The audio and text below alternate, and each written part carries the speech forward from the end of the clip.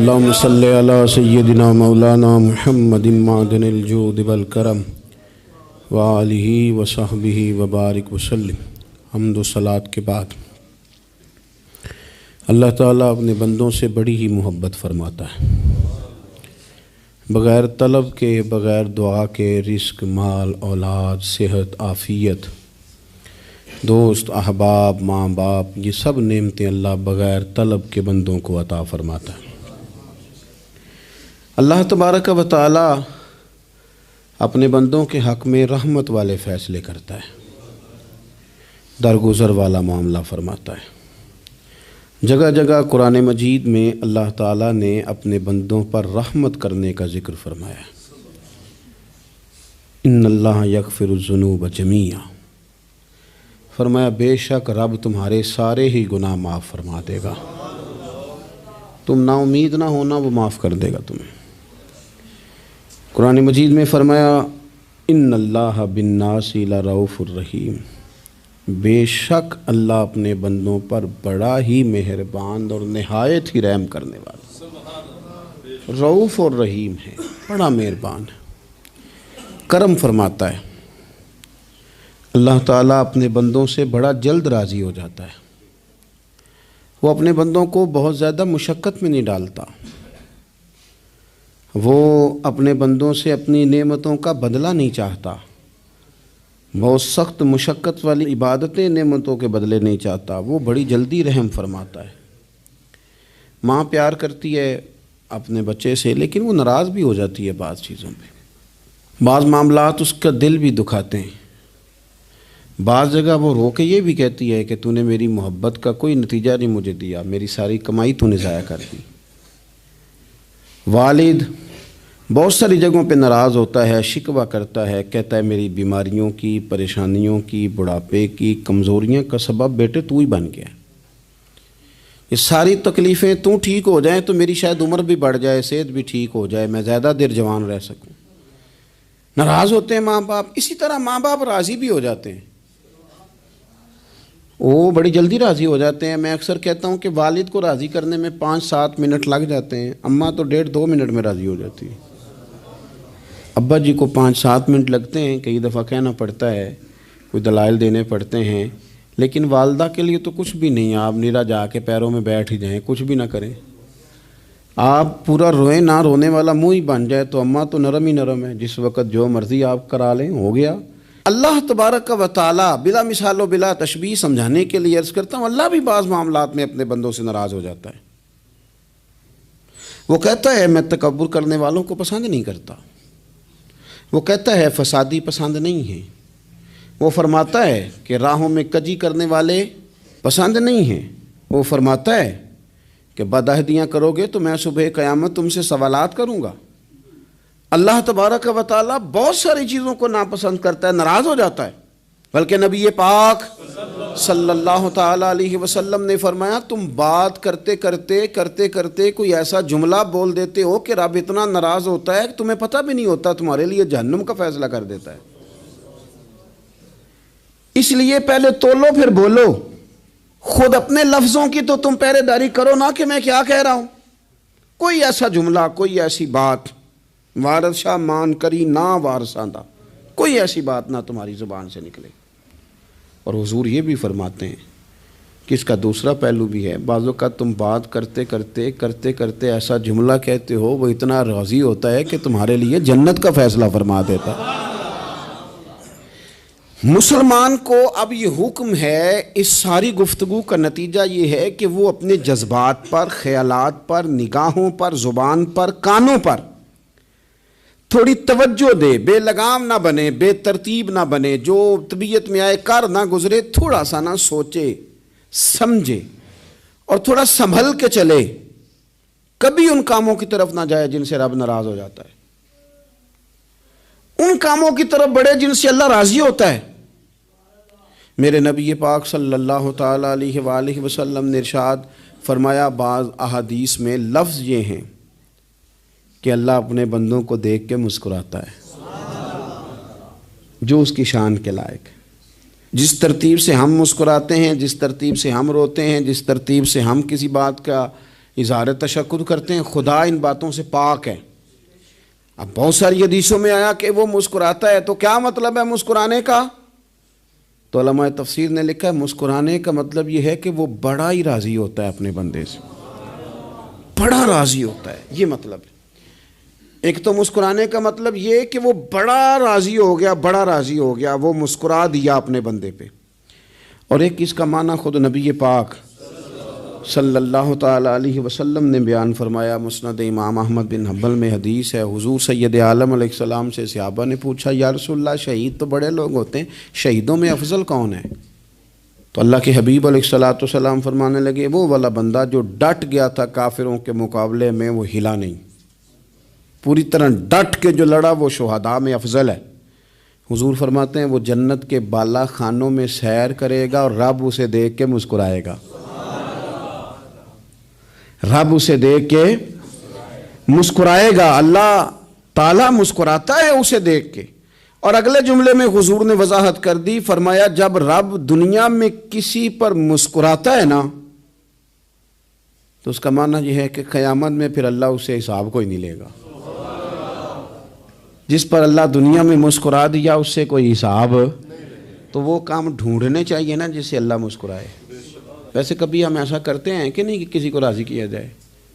یہ کام ہم کرتے ہیں کہ ہماری کمپنی کا جو سربراہ ہے وہ ہم سے راضی رہے، جس ادارے میں ہم پڑھاتے ہیں اس ادارے کا بڑا ہم سے راضی رہے، یہ کرتے ہیں ہم۔ اس کے لیے کچھ نہ کچھ ہیلے بہانے ہم کرتے ہیں، برادری، قبیلہ، علاقہ، بستی، لوگ کسی طریقے سے ہمارے ساتھ مطمئن رہیں، کرتے ہیں نا یہ سارے کام۔ اس میں تھوڑی مشکل بھی ہمیں آتی ہے لیکن کرتے ہیں، کیا کریں؟ گھر میں بھی کئی دفعہ ایسا ماحول بنانا پڑتا ہے۔ چلیں ایک اور میٹھی مثال دیتے ہیں، زیادہ سمجھ میں آئے گی۔ چھوٹا بچہ خوش رہے، آپ اس کے لیے محنت نہیں کرتے؟ وہ چھوٹا ہے، اس کو خوش کرنا فرض ہے ابا پہ، لیکن وہ کہتا ہے کہ میں نے موٹر سائیکل لینا ہے، چھوٹا ہے چلا ہی نہیں پائے گا، تو ابا پھر اسے راضی کرتا ہے، کہتا ہے بیٹے چھوٹا سائیکل لے لے، چل میں تجھے اڑانے والا جہاز لے دیتا ہوں۔ مقصود کیا ہے کہ اس کو ناراض نہیں کرنا، یہ روئے نہ، اس کا دل نہ ٹوٹے۔ ہو یارو سنو نا میں کیا کہہ رہا ہوں، اگر چھوٹے بچے کے لیے وہ چیزیں ڈھونڈتے ہو، میرے ابا جی نا اپنے نواسے کے لیے کھلونا لے کے آئے تو بچہ بڑا ہی کھیلا، تو ابا جی کہنے لگے لو پیسے پورے ہو گئے میرے، بچے کو پسند بڑا ہے نا، پیسے پورے کر چھڑے نے، دیکھو نا جی کتنا اس کو راضی ہوا ہے۔ تو انسان کیا کرتا ہے کہ کوشش کرتا ہے، چھوٹا بچہ بھی ناراض نہ ہو تو وہ چیزیں وہ ڈھونڈتا ہے کہ اس کو کیا پسند ہے، چاکلیٹ لے جاؤں، فلاں چیز لے جاؤں، آئس کریم لے جاؤں۔ تو ایک بچے کے لیے، گھر کے لیے، سربراہ کے لیے اتنی محنت کرتے ہو تو وہ کام بھی ہمیں ڈھونڈ کے تلاش کرنے چاہیے نا جس سے رب راضی ہوتا ہے، اللہ راضی ہوتا ہے۔ بتاؤں وہ کون کون سے کام ہیں؟ نبی کریم صلی اللہ تعالیٰ علیہ وسلم نے ارشاد فرمایا 3 لوگ ہیں جنہیں دیکھ کے رب مسکراتا ہے۔ یا رسول اللہ صلی اللہ علیہ وسلم وہ کون کون سے؟ تو محبوب فرمانے لگے ایک وہ بندہ ساری مخلوق سوئی ہے، آدھی رات ہے، رات کا پچھلا پہر ہے، اس نے اٹھ کے وضو کر لیا، مصلی پہ کھڑا ہو گیا خدا کی یاد میں، فرمایا اسے دیکھ کے رب مسکراتا ہے جو اس کی شان کے لائق ہے، مسکراتا ہے اللہ۔ یہ تو سونے کا ٹائم تھا، یہ تو گہری نیند آنے کا وقت تھا، رات کا پچھلا پہر، رات پوے تے بے درداں نو نیند پیاری آوے تے درد منداں نو یاد سجن دی ستیاں وی آن جگاوے، اور ساون کی کالی راتوں میں جب بوندا باندی ہوتی ہے، وہ راتوں کو اٹھ روتے ہیں جب خلقت ساری سوتی ہے، اللہ مسکراتا ہے۔ اور سننا میرے بھائی، میرے نبی پاک صلی اللہ تعالیٰ علیہ وسلم فرماتے ہیں جب مسلمان نماز کے لیے صفیں بناتے ہیں نا، ترتیب لگ رہی ہوتی ہے، اب اللہ کی بارگاہ میں کھڑے ہوں گے، قیام کریں گے، رکوع کریں گے، سجود کریں گے، فرمایا جب مومن صفیں بناتے ہیں تو رب دیکھ کے مسکراتا ہے، مسکراتا ہے۔ کمال ہو گئے عروج بندگی کا، جب بندے کو دیکھ کے رب مسکرائے، خدا بندے سے خود پوچھے بتا تیری رضا کیا ہے، مسکراتا ہے۔ اور میرے نبی پاک علیہ السلام فرماتے ہیں جب مجاہد جہاد کے لیے صفیں سیدھی کرتے ہیں، آج تو یہ رب کے نام پہ مرنے ہی آ گئے، یہ صفوں میں کھڑے ہوں گے، ترتیب سے لڑیں گے، ترتیب سے گلا کاٹیں گے کافروں کا یا شہادت لیں گے، فرمایا جب جہاد کے لوگ صفیں بناتے ہیں تو رب انہیں دیکھ کے مسکراتا ہے۔ کتنے نصیبوں والا وہ بندہ ہے جسے دیکھ کے مسکرا دیا۔ او یار کبھی تیرا بیٹا تیرے سامنے مسکرائے نا چھوٹا تو تیرا دل باغ باغ ہو جاتا ہے۔ تیری ماں بیمار کسی ایک دن صحیح طرح ہنس پڑے تو طبیعت خوش ہو جاتی۔ مجھے بتاؤ نا جس کا رب بھی اسے دیکھ کے ہنس پڑے، جو اس کی شان کے لائق ہے، کیا اس بندے کے نصیبیں ہیں، کیا اس کے مقدر ہیں۔ آپ اس مقام پر اپنے آپ کو لائیں۔ اب دیکھیں نا یہ حدیث آپ نے سن لی، اب ہم نے نا اس طرح صفحے نہیں بنانے جس طرح ساری دنیا، اب ذرا صفحے بھی شوق سے بنائیں گے۔ اب ذرا تھوڑا سا شوق پیدا کریں گے، بھئی یہ تو میں وہ کام کرنے لگا ہوں جسے دیکھ کے رب مسکراتا ہے۔ نبی پاک صلی اللہ علیہ وسلم نے فرمایا جب کوئی بندہ توبہ کرتا ہے نا، ہم توبہ کا رٹا لگاتے ہیں، یا اللہ میری توبہ یا اللہ۔ اور توبہ کا تو مطلب یہ ہے کہ پچھلے گناہوں سے پکی توبہ، آج کے بعد یہ غلطی نہ کرنے کا پکا وعدہ۔ تو نے ساری شب برات رو کے گزاری ہے، بتا سویرے جھوٹ جوڑنے کا ارادہ ہے تیرا؟ آج کے بعد رشوت تو نہیں نہ لے گا، ملاوٹ تو نہیں نہ کرے گا، یہ توبہ ہے۔ اور اگر سارے کام اسی طرح کرنے تو پھر یہ توبہ کا رٹا ہے، تو جتنا مرضی لگاؤ۔ حضرت علی بن ربیعہ رضی اللہ تعالیٰ عنہ فرماتے ہیں میں مولا علی کے ساتھ تھا، مقام حرہ کی طرف جا رہے تھے، حضرت علی نے ہاتھ اٹھا کے دعا مانگی ہماری تعلیم کے لیے، ورنہ حضرت علی ہم صحابہ کو محفوظ عن الخطا تو مانتے ہیں نا۔ ہاتھ اٹھا کے کہا اے اللہ ہمارے گناہ بخش دے، تیرے علاوہ کوئی معاف کرنے والا نہیں۔ اور پھر حضرت علی آسمان کی طرف دیکھا اور دیکھ کے نا حضرت علی بن ربیعہ کو تو مسکرائے۔ حضرت علی بن ربیعہ کہنے لگے حضور مسکرائے کیوں ہو؟ فرمانے لگے ایک دن میں حضور کے ساتھ اسی طرح آیا تھا، اسی طرح حضور نے دعا فرمائی تھی ہماری تعلیم کے لیے، اور پھر حضور مجھے دیکھ کے مسکرائے تھے اور فرمایا جب کوئی بندہ رب کی بارگاہ میں اس طرح استغفار کرتا ہے تو رب مسکراتا ہے، اور مسکرا کے فرماتا دیکھ لو میرے بندوں کو پتا ہے کہ میرے علاوہ معاف کرنے والا کوئی نہیں، انہیں پتا ہے، تم اس کی بارگاہ میں رجوع تو لاؤ، آؤ تو صحیح دو آنسو لے کر۔ اقبال کہتے ہیں کہ موتی سمجھ کے شان کریمی نے چن لیا، قطرے دو گرے میرے ار کے انفعال کے، دو میں نے آنسو بہائے تھے تو اس کے کرم نے تو موتی سمجھ کے چن لیے۔ سنو نا حضور اس استغفار کو اللہ کو یار رات کو توبہ کر کے سونا چاہیے ہمیں۔ کچھ غلطیاں ہم کرنا نہیں چاہتے پر ہم سے ہو جاتی ہیں، کچھ دل ہم توڑنا نہیں چاہتے پر وہ ٹوٹ جاتے ہیں، ہماری مجبوری ہوتی ہے ٹوٹ جاتے ہیں۔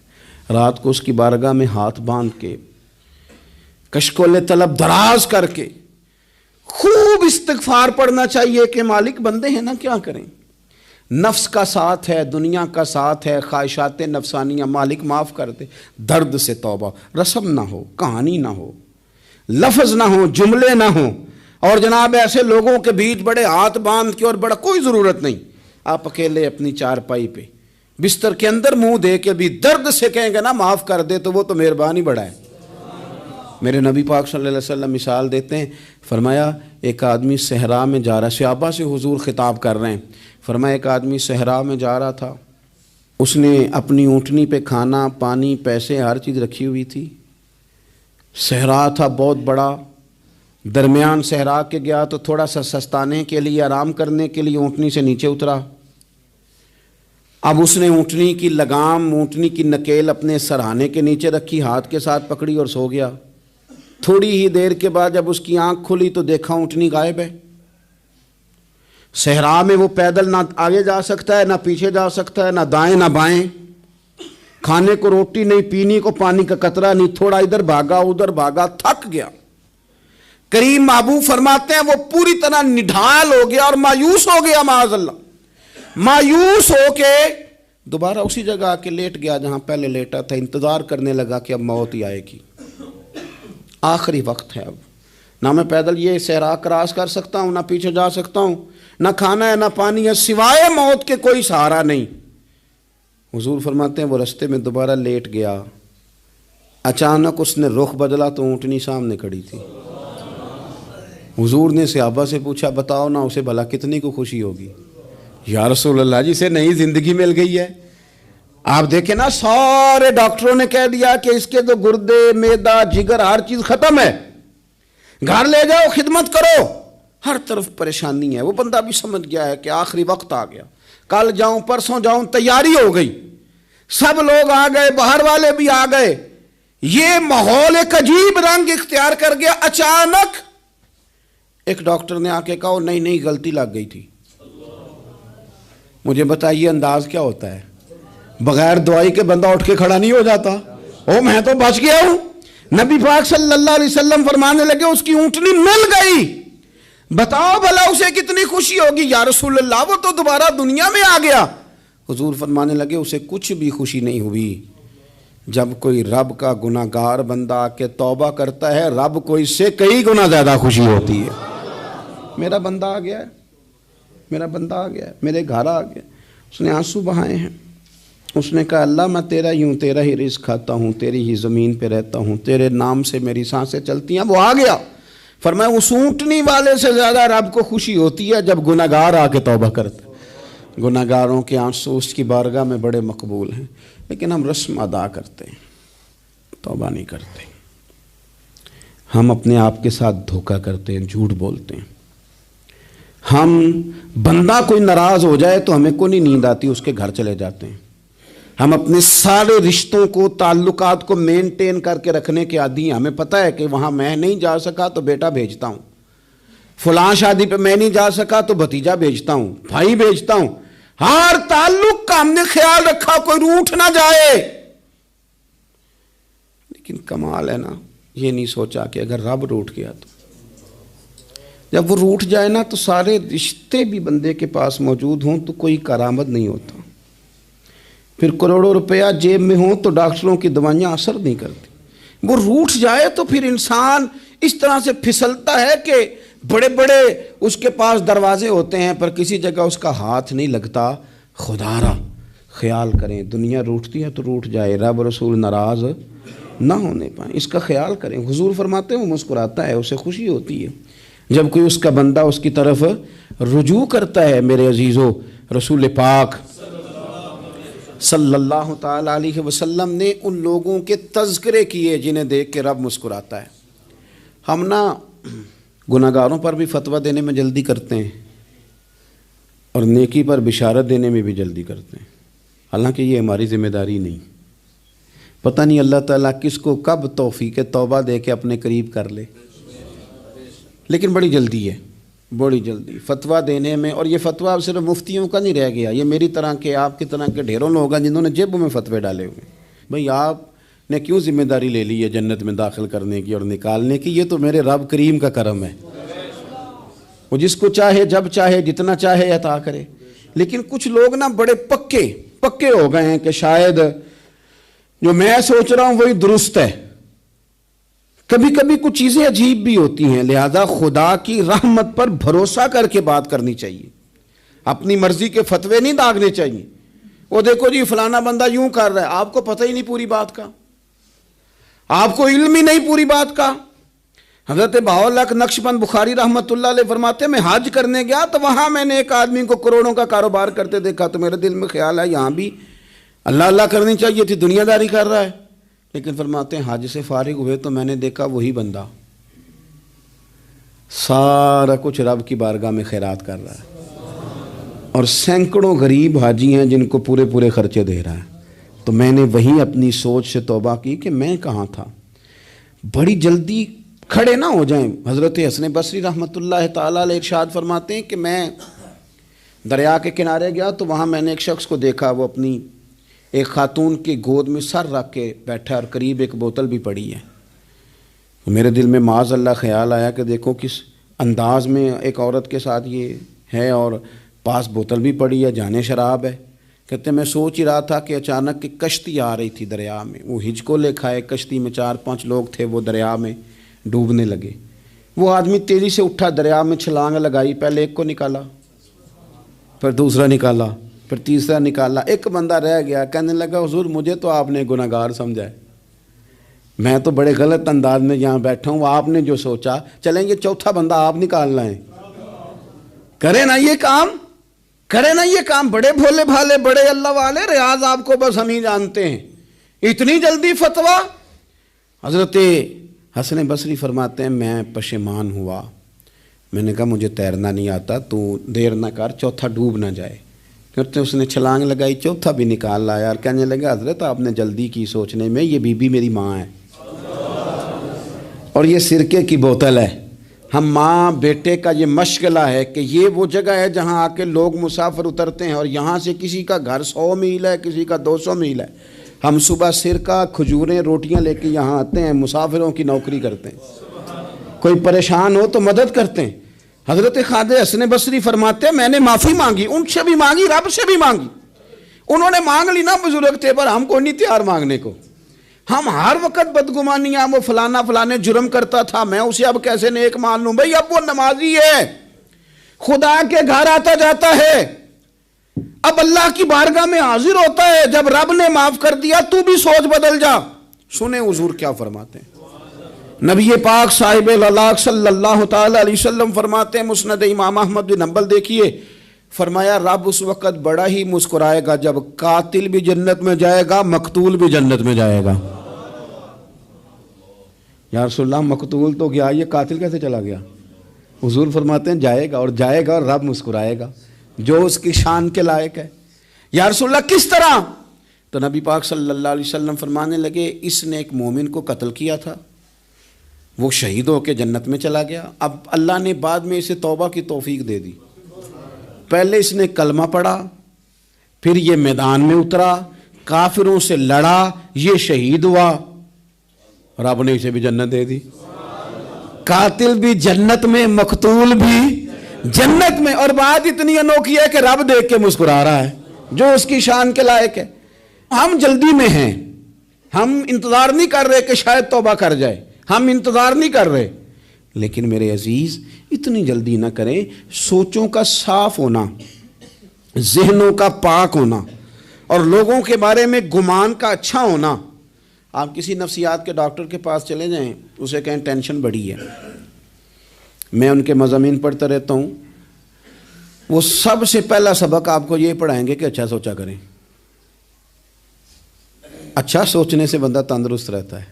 کس سے بندہ تندرست رہتا ہے؟ ہیں جی واقعی، یعنی اس والے پڑوسی کے بارے میں بھی اچھا سوچنا ہے، گھر میں اس والے کے بارے میں بھی، چھوٹے بھائی کے بارے میں بھی اچھا سوچنا ہے، اور بڑے کے بارے میں بھی اچھا ہی سوچنا ہے۔ یعنی اپنی برادری قبیلے کے بارے میں بھی اچھا سوچیں، جو قبیلے کا نہیں اس کے بارے میں بھی چلیں تھوڑا سا اچھا سوچ لیں۔ اپنے بارے میں تو اچھا سوچا ہے بڑا، میں کہتا ہوں کہ ہم اپنی غلطیوں سمیت اپنے آپ سے بڑا پیار کرتے ہیں، اور دوسرے کی ایک غلطی نظر آ جائے تو ہمیں گھن آنے لگ جاتی ہے۔ آپ جلدی نہ کریں، مالک نے موقع دیا ہے بندوں کو، نہ وہ کسی کا رزق چھین رہا ہے، نہ سانسیں چھین رہا ہے، وہ اپنی زمین پہ چلنے بھی دے رہا ہے، رہنے بھی دے رہا ہے، تو جب اس نے موقع دیا ہے آپ بھی تھوڑا موقع دیں۔ اللہ بڑا کریم ہے، دروازے کھولے گا، اس کے بندے اس کی بارگاہ تک پہنچیں گے۔ بدگمانیاں اور پھر بدگمانیوں کا عروج، اور اس لیول تک جا کے بات کر دینا ہے کہ جہاں سے خوف آئے کہ یار یہ بات نہیں کرنی چاہیے تھی۔ رسول کائنات سرور دو عالم صلی اللہ تعالی علیہ وسلم فرماتے ہیں کہ اللہ مسکراتا ہے۔ دیکھو ہمارے ہاں نا ایک اور بھی مسئلہ بن گیا ہے، میں نے کچھ لوگوں کو نا پکا، میرے پیارے ہیں، محبت ہے مجھے، تو میں چونکہ آپ میری کلاس ہیں، میں مشاہداتی اور تجرباتی باتیں بھی کر لیتا ہوں، اسی کی روشنی میں کئی دفعہ گفتگو بھی تیار کرتا ہوں۔ کچھ لوگوں نے نا پکا ذہن بنا لیا یہ کہنے کا کہ ہاتھ بڑا تنگ ہے، پکا، آپ جس وقت پوچھ لیں ان کا ہاتھ اور بڑا ہی زیادہ تنگ ہے۔ آپ یقین کریں، بہن کا جو خامند ہے وہ کہہ رہا ہے جا حصہ لے کے آ، تیرے بھائیوں کی کمائی تو نہیں، تیرے ابا کی ہے، لے کے آ۔ وہ بیچاری اس کی منتیں کر رہی ہے، کہتی ہے اگر جاؤں گی نا تو وہ کہیں گے حصہ لے جا، آج کے بعد ہمارے گھر نہ آنا، میرا دروازہ نہ بند کرو، مہربانی کرو۔ اور بھائی سے بات کرتی ہے تو کہتا ہے ہاتھ ہی بڑا تنگ ہے، جب ٹھیک ہوگا تو دے دوں گا۔ نہ کریں یہ ظلم۔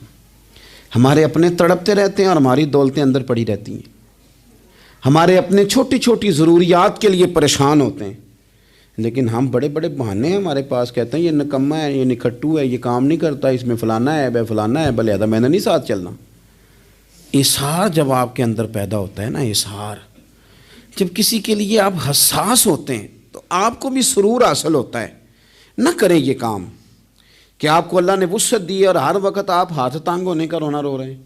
ہر وقت آپ یہ کہہ رہے ہیں میں بڑی آزمائش میں ہوں، جب خدا نے آپ پہ نہیں ڈالی تو اتنے جھوٹ بولنا صرف اس لیے کہ میرے پیسے بچ جائیں، صرف اس لیے کہانی سنانا کہ حالات میرے بڑے خراب ہیں کہ کوئی بندہ میرے سے کوئی تھوڑا بہت قرض نہ مانگ لے۔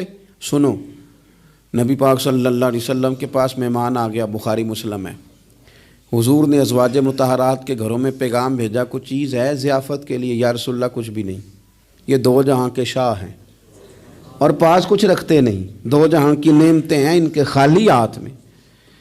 یا رسول اللہ کوئی چیز بھی نہیں۔ حضور نے صحابہ کے مجمع پہ نظر ڈالی، یا رسول اللہ صلی اللہ علیہ وسلم حکم ہو، تو حضور فرمانے لگے تم میں سے کوئی بندہ ہے جو اسے گھر لے جائے روٹی کھلائے؟ ایک صحابی اٹھے فوراً، حضور میں لے کے جاتا ہوں کھانا کھلاتا ہوں۔ فرماتے ہیں میرے گھر میں صرف بچوں کا کھانا تھا، یہ نہیں کہ فریزر بھرا ہوا ہے نعمتوں سے، صرف بچوں کا کھانا، یہ نہیں کہ کسی کو دیکھ کے اپنی ہنڈیا پہ برتن دے لیا، صرف بچوں کا کھانا۔ کہتے ہیں گھر گیا، بیوی سے کہا کیا کیفیت ہے؟ کہنے لگی بچوں کی روٹی ہے۔ میں نے کہا بچے سلا دے، صبح ناشتہ کر لیں گے۔